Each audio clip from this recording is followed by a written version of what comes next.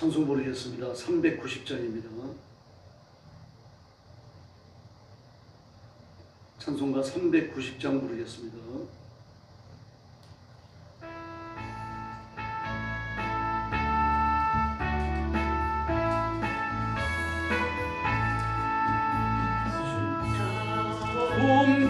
운병더러 주님 일어나. 미안합니다. 390장 맞나요? 390장은 예수가 거느리시는. 예, 예수가 거느리시는 게 뭐가 잘못 선택됐는데 지금 미안합니다.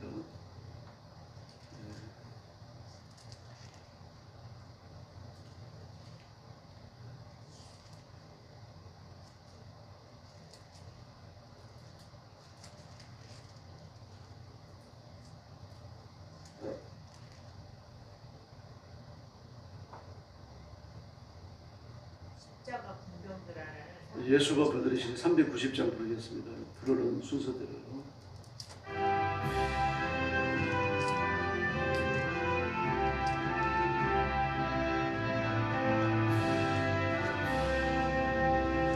예수가 거느리시니 즐겁고 평안하구나.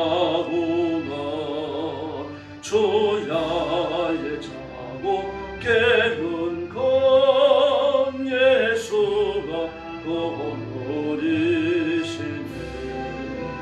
주 날 항상 돌보시고 날 지키고 거느리시네. 주 날 항상 돌보시고 날 지키고 거느리시네. 때때로 괴로움 당하면 때때로 기쁨 누리네. 풍파중에 지키시고 평안히 인도하시네. 주 날 항상 돌보시고 날 지키고 거느리시네. 주 날 항상 돌보시고 날 지키고 거느리시네. 내 주의 손을 붙잡고 천국에 올라가겠네. 괴로우나 즐거우나 예수가 거느리시네. 주 날 항상 돌보시고 날 지키고 거느리시네. 주 날 항상 돌보시고 날 지키고 거느리시네. 이 세상이 변할 때에 마귀의 권세 이지네. 천국에 가는 그 길도 예수가 거느리시네. 주 날 항상 돌보시고 날 지키고 거느리시네. 주 날 항상 돌보시고 날 지키고 거느리시네.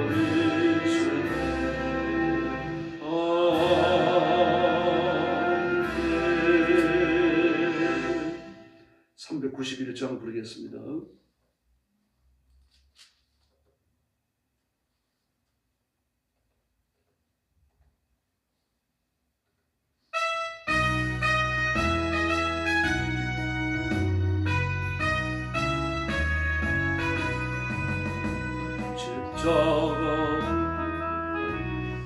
저거 이게 통일 찬송가로 넘어가네요.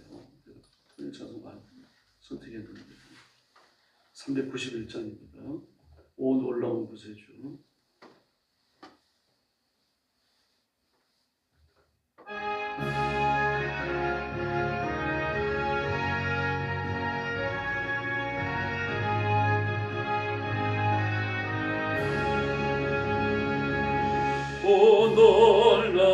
곳에 주 예수 내 주 참동묘지 주시로다. 큰 바위미 샘선은 그곳으로 내 영혼을 숨기시네. 내 마른 땅을 천일 걸어가도 나 피곤치 아니하며 저 위험한 곳 내가 이를 때면 큰 바위에 숨기시고 저 손으로도 보시네. 사절 부릅니다. 주 예수님 공중에 임하실 때 나 일어나 맞이하리. 그 구원의 은총을 노래하리. 저 천군과 천사 함께 내 마른 땅을 천일 걸어가도 나 피곤치 아니하며 저 위험한 곳 내가 이를 때면 큰 바위에 숨기시고 저 손으로도 보시네. 할렐루야. 신앙 고백하겠습니다. 나는 전능하신 아버지 하나님 천지의 창조주를 믿습니다. 나는 그의 유일하신 아들 우리 주 예수 그리스도를 믿습니다. 그는 성령으로 잉태되어 동정녀 마리아에게서 나시고 본디오 빌라도에게 고난을 받아 십자가에 못 박혀 죽으시고 장사된 지 사흘 만에 죽은 자 가운데서 다시 살아나셨으며 하늘에 오르시어 전능하신 아버지 하나님 우편에 앉아 계시다가 거기로부터 살아있는 자와 죽은 자를 심판하러 오십니다. 나는 성령을 믿으며 거룩한 공교회와 성도의 교제와 죄를 용서받는 것과 몸의 부활과 영생을 믿습니다. 아멘. 사랑의 아버지 감사합니다. 주일 아침 거룩한 자리로 저희들을 부르시고 엎드려 경배하며 하나님 앞에 영광 돌리게 하시니 감사합니다. 이 시간 성령께서 능력과 권능으로 임하셔서 구원받은 사실에 대한 깊은 감사와 감격이 회복되게 하시고 내가 하나님의 자녀가 되었고 하나님의 일을 하는 하나님의 사람이 되었음에 대한 이 놀라운 기적을 깊이 묵상하는 귀한 자리가 되게 하여 주시옵소서. 오늘 아침도 자비하신 주님 온 세상에 흩어져 복음 전하는 선교사님들과 주의 종들과 성도들을 기억하시고 그 가정과 가족을 보호하시며 선교의 현장에 기적을 허락하여 주옵소서. 선교를 반대하는 악한 영들이 물러가게 하시며 악한 마귀의 권세가 깨어지게 하시고 하나님의 승리가 선포되게 하여 주시옵소서. 오늘 아침도 저희들이 말씀을 나눕니다. 성령님 뜨겁게 역사해 주시기를 원하옵고 예수님의 이름으로 간절히 기도 올리옵나이다. 아멘. 예, 하나님 말씀 봉독하겠습니다. 미가서 제1장입니다. 미가서 1장입니다. 1절 말씀부터 제가 먼저 봅니다. 유다의 왕들 요담과 아하스 히스기야 시대에 모레셋 사람 미가에게 임한 여호와의 말씀 곧 사마리아와 예루살렘에 관한 묵시라. 백성들아 너희는 다 들을지어다. 땅과 거기에 있는 모든 것들아 자세히 들을지어다. 주 여호와께서 너희에게 대하여 증언하시되 곧 주께서 성전에서 걸어하실 것이니라. 여호와께서 그의 처소에서 나오시고 강림하사 땅의 높은 곳을 밟으실 것이라. 그 아래에서 산들이 높고 골짜기들이 갈라지기를 불 앞에 밀초 같고 비탈로 쏟아지는 물 같을 것이니. 이는 다 야곱의 허물로 말미암이요 이스라엘 족속의 죄로 말미암이라. 야곱의 허물이 무엇이냐? 사마리아가 아니냐? 유다의 산 땅이 무엇이냐? 예루살렘이 아니냐? 이러므로 내가 사마리아를 들의 무더기 같게 하고 포도 심은 동산 같게 하며 또 그 돌들을 골짜기에 쏟아내리고 그 기초를 드러내며 그 세계 노상들을 다 부서지고 그 금행의 값은 다 불살라지는 그 목살들은 다 깨뜨리니 그가 기생의 값으로 모았은즉 그것이 기생의 값으로 돌아가리라. 이러므로 내가 애통하며 애곡하고 벌거벗은 몸으로 행하며 두께같이 애곡하고 타주같이 애통하리니. 그 상처는 고칠 수 없고 그것이 이때까지도 이르고 내 백성의 성문 곧 예루살렘에도 미쳤음이니라. 가드에 알리지 말며 도무지 울지 말지어다. 내가 베들레 아브라에서 띠틀에 굴렀도다. 사비리 주민아 너는 벗은 몸에 수치를 무릅쓰고 나갈지어다. 치사하는 이 주민은 나오지 못하고 벳에셀이 애국하여 너희에게 의지할 곳이 없게 하리라. 비록 주민이 근심 중에 복을 바라니 이는 재앙이 여호와께로 말미암아 예루살렘 성문에 임함이니라. 라기스 주민아 너는 준마의 번거를 메울지어다. 라기스는 딸 시온의 죄의 근본이니 이스라엘의 허물이 내게서 보였음이니라. 이러므로 너는 가드 모레셋에 작별하는 예물을 줄지어다. 악십의 집들이 이스라엘 왕들을 속이리라.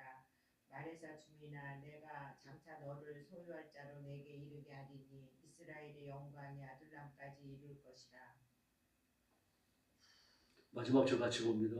너는 내 기뻐하는 자식으로 인하여 내 머리털을 깎아 대머리 같게 할지어다. 내 머리가 크게 벗어지게 하기를 독수리 같게 할지어다.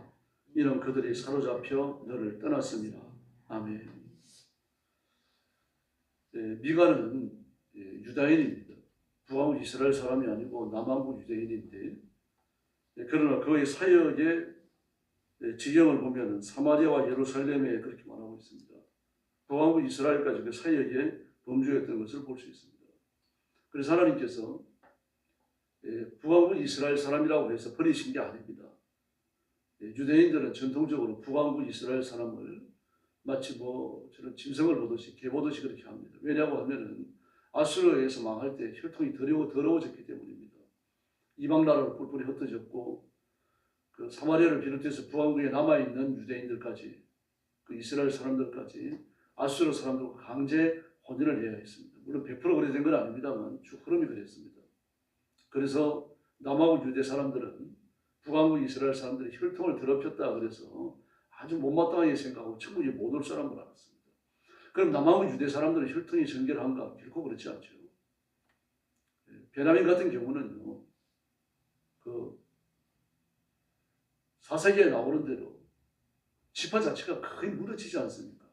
타락한 그 레위 사람 한 사람 때문에 그렇게 무너집니다. 그리고 나서 다른 지파 사람들과 또 심지어 그 혼인에 이방인들이 섞여 들어옵니다. 그때 이미 혼혈이 이루어지죠. 순수하지 않습니다. 유다도 마찬가지입니다. 그 많은 전랑과 전쟁을 거치고 바벨론에 70년간 포로로 잡혀갔다 오는데 그 어디 성결할 게 있겠습니까? 그럼 포로 이후에 스룹바벨 성전을 지을 때도요, 유다 사람들, 남왕국 사람들은 북왕국 사람들을 성전 건축에 절대 끼워주지 않습니다. 이건 이제 인간의 의의가 하나님의 의의를 대체한 그런 상황이라고 볼 수 있습니다. 하나님께서는 아무리 더럽혀진 사람, 정말 말로 할 수 없는 그런 죄를 지은 사람이라도 회개하고 나오면 다 받아주십니다. 깨끗게 하시고 성결케 하시고 의롭게 하시는 거죠. 그 은혜가 아니라면 우리가 구원받아 이 자리에 있을 수가 없는 거죠. 근데 사람은 그렇지 않습니다. 사람이 생각하는 의의 표준이 있습니다. 의의 표준에 미치지 못하면 같이 교회를 나오는 사람이라도 아주 못마땅하게 생각하고 정죄하는 경우가 많습니다. 그래서 우리는 행위의 의의를 의존해서는 안 됩니다. 물론 행위의 의의가 필요 없다는 뜻은 아닙니다. 그러나 우리의 의의는 예수 그리스도의 십자가에서 시작된 거죠. 성경에서 의인이라고 할 때 두 가지 입장에서 접근합니다. 하나는 원천적 의의입니다. 예수 그리스도를 믿고 죄 씻음을 받고 하나님의 자녀가 된 그 의의입니다. 이건 절대로 요동하지도 아니하고 변하지도 않습니다. 심지어 하나님께 선택돼서 예수 믿은 사람이 신앙의 곁길을 걷는다고 하더라도 그는 반드시 하나님께 잡혀서 돌아오게 되어 있습니다. 그런데 삶의 의의가 있습니다. 삶의 영역에서 이루어지는 의의. 죄와 치열하게 싸우고 사단의 권세를 깨뜨리고 악한 영들을 쫓아내고 하나님께만 굴복하기 위해서 발버둥 치는 의의. 이건요, 1년 365일 계속 지속되기는 어렵습니다. 때로는 시험을 당하기도 하고 유혹을 받기도 하고 넘어지기도 합니다. 베드로 같은 경우도 보십시오. 예수님을 모른다고 부인하고 맹세하고 저주까지 해버리죠. 그러나 그는 회개하고 돌아옵니다. 그리고 예수님을 은삼시에 팔았던 가룟 유다는 계속 영원히 돌아오지 못합니다. 그런 차이입니다. 그래서 우리는 일상의 삶 속에서 바르게 살려고 노력을 해야 되고 바르게 살지 못하는 사람을 본다고 하더라도 자비를 베풀어야 됩니다. 바로 그것이 우리가 지향하는 의입니다. 오늘 미가도 마찬가지입니다. 그래서 북왕국 사마리아를 향하여서 말씀을 외치는 겁니다. 먼저 사마리아의 죄를 지적을 합니다. 1절부터 7절까지입니다. 2절 하반절에 보니까 너희에게 대하여 여호와께서 증언하시는데 주께서 성전에서 그리하실 것이라. 성전의 지성소를 말하죠. 지성소의 법궤. 그 법궤가 하나님 임재의 상징입니다. 그리고 법궤 뚜껑이 하나님 임재하에 계신다는 의자에 해당됩니다. 시온자입니다. 그래서 하나님이 계시는 곳으로 와서 하나님의 말씀을 들으라는 이야기입니다. 이게 뭘 전제로 합니까? 북왕국 이스라엘 사람들이 성전에 나오지 않는다는 이야기입니다. 그러나 이제라도 나오라고 하시는 그런 외침입니다. 그 하나님 앞에 불 앞에 밀쳐갖고 산들이 넘고 골짜기가 갈라지는데 불 앞에 밀쳐갖고 비단으로 쏟아지는 물 같다. 다시 말해서 하나님의 진노와 하나님의 심판, 하나님의 회초리를 감당할 사람이 아무도 없다는 얘기입니다. 그렇게 된 이유는 5절 말씀에 보니까 야곱의 허물로 이스라엘 족속의 죄로 그렇게 말합니다. 6절에서 사마리아를 그렇게 말합니다. 야곱과 이스라엘과 사마리아입니다. 그들이 지은 죄가 뭡니까? 7절 말씀에 보니까 그 세계 우상들은 다 부러지고 어미의 값은 불살라지고 그렇게 말합니다. 우상과 목상과 모든 더러운 것들이 하나님 앞에 다 심판을 당한다는 얘기입니다. 그러므로 지금 회개하고 돌아오라는 이야기죠. 더구나 7절 하반절에 보니까 그 기생의 값으로 모아서 이제 그것이 기생의 값으로 돌아가리라 라고 말합니다. 이 기생은 창녀를 말합니다. 15절에 기생이라는 말은 없습니다. 그러므로 성경 본문 기생이라는 말은 창녀로 바꿔야 됩니다. 기생과 창녀는 다르죠. 조선시대에 있어가지고 기생은 오늘날 연예인에 해당됩니다. 시성은 노래하고 춤춰야 돼요. 그리고 뭐 물란하지 않았습니다. 기생들. 물론 물란한 여성도 있었어요. 역사에 남을 정도로 물란한 여성들이 있었지만 대부분의 기생들이 그렇지 않았어요. 반대됐습니다. 이런 것들도 기록으로 다 남아 있습니다. 그래서 여기 말하는 기생은 기생이 아니고 창녀를 말합니다. 창녀는 바알 신앙의 여자 제사장입니다. 바알 종교에 있어가지고. 그리고 여기서 말하는 게 뭡니까? 바알 신앙을 이야기하는 거죠. 하나님을 섬기지 않고 바알을 섬기고 바알의 우상 앞에 그리고 바알의 목상 앞에 절했던 그 더러운 죄를 지적을 하는데 그 죄가 미가가 말씀을 외치는 유다의 왕들 요담과 아하스와 히스기야 시대까지 계속됐다는 얘기입니다. 더구나 히스기야는 어떻습니까? 하나님 앞에 개혁을 다니겠던 왕입니다. 온 백성에게 하나님을 섬기라고 요구하고 맹세를 시키고 그리고 율법사들을 구석구석으로 보내가지고 하나님 말씀을 가르쳤던 왕이 히스기야 아닙니까? 그런데 그와 같은 강렬한 개혁운동과 함께 뭐가 존재했습니까? 우상숭배가 여전히 있었다는 이야기입니다. 마귀가 이렇게 열심히 일을 합니다. 우습게 보셔갖고 안 됩니다. 하나님의 말씀이 힘있게 선포되고 교회가 엎드려 기도하고 성령운동이 강하게 일어나지만 또 한쪽으로 어떻습니까? 마귀가 같이 역사하는 겁니다. 그래서 깨어 있어야 하고 영적으로 전투가 계속돼야 합니다. 깨어서 말씀을 붙들고 하나님 앞에 굴복하는 사람은 마귀의 권세를 깨뜨릴 줄로 믿습니다. 이렇게 하라고 지금 이야기하는 거죠. 그래서 이런 사실들에 대한 지적을 받고 나서 이 선지자가 굉장히 애통해합니다. 이게 8절 이하의 말씀에 나오고 있죠. 그래서 8절에 보니까 내가 애통하고 애곡하고 벌거벗은 몸으로 행하며 들깨같이 애곡하고 타조같이 애통하리니 그렇게 말하고 있습니다. 하나님께서 말씀하시는 거죠. 하나님께 주시는 말씀을 지금 선지자가 받아서 자신에 관해서 이렇게 이야기하는 겁니다. 그럼 왜 이렇게 됐습니까? 1절로 7절 말씀 때문입니다. 죄 때문입니다. 더구나 그 죄에 대한 하나님의 분노가 얼마나 큽니까? 하나님께서 강림을 하시는데 땅이 높은 구석을 밟으시고 4절에 보니까요. 산들이 높고 골짜기들이 갈라지기를 불 앞에 밀쳐갖고 그리고 산비탈을 쏟아져 내려오는 물과 같다고 말합니다. 뭐 이런 것들을 바라보니까 민중의 미래 아닙니까? 이게 여러분이 히스기야 시대에 주어진 말씀입니다. 기억하셔야 돼요. 그렇게 강렬한 그 성령운동이 일어나고 있는데도 불구하고 백성들은 범죄하는데 아주 열심을 내고 있었다는 이야기입니다. 그래서 이런 사실들을 비추어 보니까 이 선지자는 마음이 견딜 수가 없이 고통스러운 겁니다. 애통하는 거예요. 그래서 9절에 보니까 그 상처를 고칠 수 없고 그것이 너까지 이루고 예루살렘까지 미쳤다라고 말을 하고 있습니다. 더구나 이게 그 골짜기로 쏟아진다, 비탈로 쏟아진다 그렇게 말하잖아요. 어떻게 방어할 수가 없다는 이야기입니다. 막을 사람이 없다는 이야기죠. 그냥 뭐 도동 강물이 흘러가도 모든 집들을 다 쓸어가고 사람들을 쓸어가고 짐승을 쓸어가는데 산 꼭대기에서 물이 쏟아져 내려온다고 하면요. 강물이 쏟아져 내려온다고 하면 누가 의거할 수 있겠습니까? 전부 다 휩쓸려 내려가는 거죠. 남는 게 아무것도 없는 겁니다. 하나님의 심판의 무서움을 이렇게 이야기하고 있습니다. 또 6절 말씀에 보니까 하나님께서 뭐라고 말씀하십니까? 기초를 드러내신다고 말씀하셨죠. 드러내신다. 폭로한다, 제거한다는 뜻입니다. 그들이 꽁꽁 숨습니다, 여러분. 물론 뭐 대놓고도 죄를 짓습니다만 대부분 죄를 숨어서 짓는 거 아닙니까? 그들이 숨어서 죄를 짓는다고 하더라도 하나님은 그 기초를 다 드러내시고 폭로해버리시겠다는 이야기입니다. 너희들이 어떤 죄를 지었는지 하나님 앞에 감춰질 것이 아무것도 없다는 뜻입니다. 예, 그리고 8절에 보니까 그런 걸 바라보면서 이 타조같이 해통한다. 이 타조라고 번역을 했습니다만 히브리어 성경에서는 탄이라고 그랬는데 용이나 고래를 말합니다. 왜 타조라고 번역을 했는지 모르겠어요. 타조는 전혀 다른 말이거든요. 히브리어 성경으로 탄 그랬습니다. 탄과 같이 용이나 고래. 이런 것들이 왜 동원되어지는가 하면 용은 고대인들에게 있어가지고 신성한 동물이었고 하나님께 대적하는 강력한 권세거든요. 고래도 마찬가지입니다. 이게 바다를 뒤집어 놓는 바다에 살고 있는 괴물로 그렇게 인식되고 있었습니다. 다시 말해서 하나님을 대항하는 모든 강력하고 보통 사람들이 생각하는 겁니다. 유대인들이 아니고요. 보통 불신자들까지 포함해가지고 불신자들이 생각하는 가장 강력한 권세를 가진 자라고 하더라도 하나님 앞에서는 아무것도 안 되는 얘기입니다. 밀초같이 녹을 것이고 산비탈에 살고 있다가 큰 물에 휩쓸리는 것처럼 파멸하고 만다는 이야기입니다.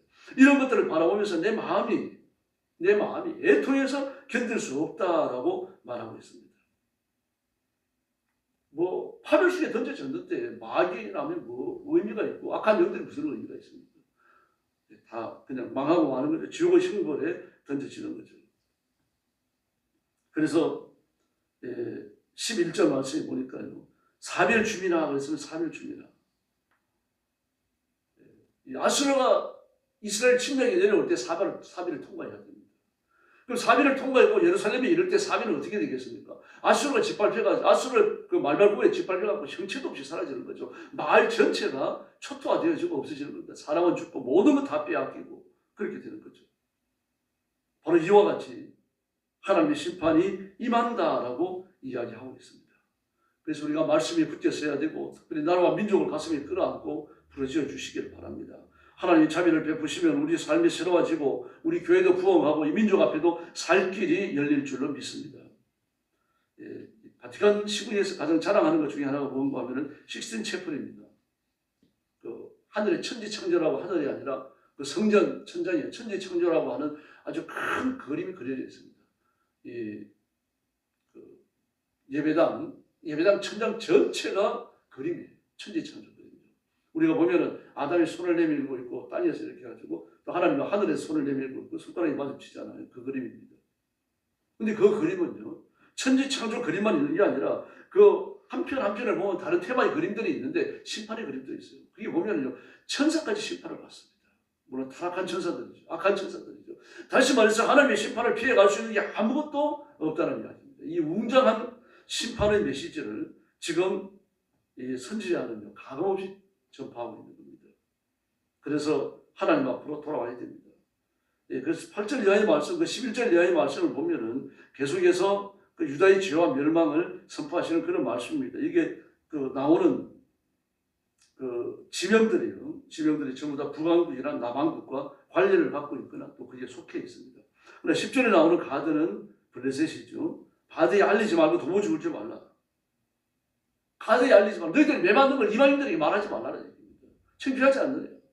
너희가 하나님을 섬기고 하나님을 잘 믿었으면 복을 받아가지고 창대하게 살 텐데 그 하나님 앞에 죄 짓다가 매를 맞았는데 이걸 자랑할 게 뭐 있느냐. 메시지가 크죠. 지금 부끄럽게 생각하고 엎드리라는 얘기입니다. 이렇게 하나님의 메시지는 파멸을 선고하지만 파멸이 다가 아닙니다. 구원을 위해서입니다. 오늘 아침도 하나님의 은혜를 구하시기를 바랍니다. 자비를 구하시고 능력과 권능을 구하시고 우리의 온 삶이 하나님을 기쁘시게 해드리는데 사용되어져야 할 줄로 믿습니다. 이 일의 증인이 되시고 이 일의 체험자가 되시고 이 일을 선포하는 귀한 성도들이 되기를 예수님의 이름으로 축원합니다. 기도하겠습니다. 자비로우신 아버지 하나님 감사합니다. 오늘 아침도 저희들을 부르셔서 하나님 앞에 영광 돌리게 하시니 감사합니다. 우리의 심령이 새로워지게 하시고 우리의 영이 새로워지게 하시고 우리의 삶이 온전해져서 하나님을 기쁘시게 해드리는 귀한 시간이 될 수 있도록 우리 하나님 역사해 주옵소서. 우리의 오만과 교만이 꺾어지고 하나님만을 바라보며 하나님만을 의지하며 하나님께만 소망을 두는 저희들이 되게 하여 주옵소서. 육신으로 느끼고 깨닫고 소유하고 행하며 살아가는 이런 것들이 하나님 앞에 자랑거리가 되지 않게 해주시고, 우리의 겉사람은 후피하지만 속사람은 날로 새롭다고 하셨는데 성령 충만함을 입고 믿음으로 새로워지고 기도와 말씀 앞에 순종을 통하여 부단히 연단을 받아서 예수 그리스도의 그 장성한 분량에 도달하는 이것으로 자랑할 수 있도록 인도하여 주시옵소서. 자비하신 하나님 아버지, 이 시간 주의 성령께서 우리를 사로잡으시고 은혜 위에 은혜를 더 주시기를 간절히 원합니다. 그러한 기회를 주셔서 감사합니다. 흩어져 살던 온 성도들이 교회 나와 예배 드리게 하시고 사실은 하나님을 만나게 하시고 예배 중에 임하시는 언약의 하나님을 체험하는 귀한 주일이 되게 하여 주옵소서. 오늘 새벽도 기도할 때에 하늘 문을 열어주시고 사랑하는 온 성도들에게 기도의 새 능력을 부어 주시옵소서. 예수님의 이름으로 간절히 기도 올려옵나이다. 아멘. 주기도 드리겠습니다. 하늘에 계신 우리 아버지, 아버지의 이름을 거룩하게 하시며 아버지의 나라가 오게 하시며 아버지의 뜻이 하늘에서와 같이 땅에서도 이루어지게 하소서. 오늘 우리에게 일용할 양식을 주시고 우리가 우리에게 잘못한 사람을 용서하여 준 것 같이 우리 죄를 용서하여 주시고 우리를 시험에 빠지지 않게 하시고 악에서 구하소서. 나라와 권능과 영광이 영원히 아버지의 것입니다. 아멘. 합심 기도하겠습니다. 자비하신 아버지 하나님, 은혜를 감사합니다. 오늘 아침도 주 앞에 나와서 엎드리며 은혜를 구하며 자비를 구하고 하나님을 바라보는 사람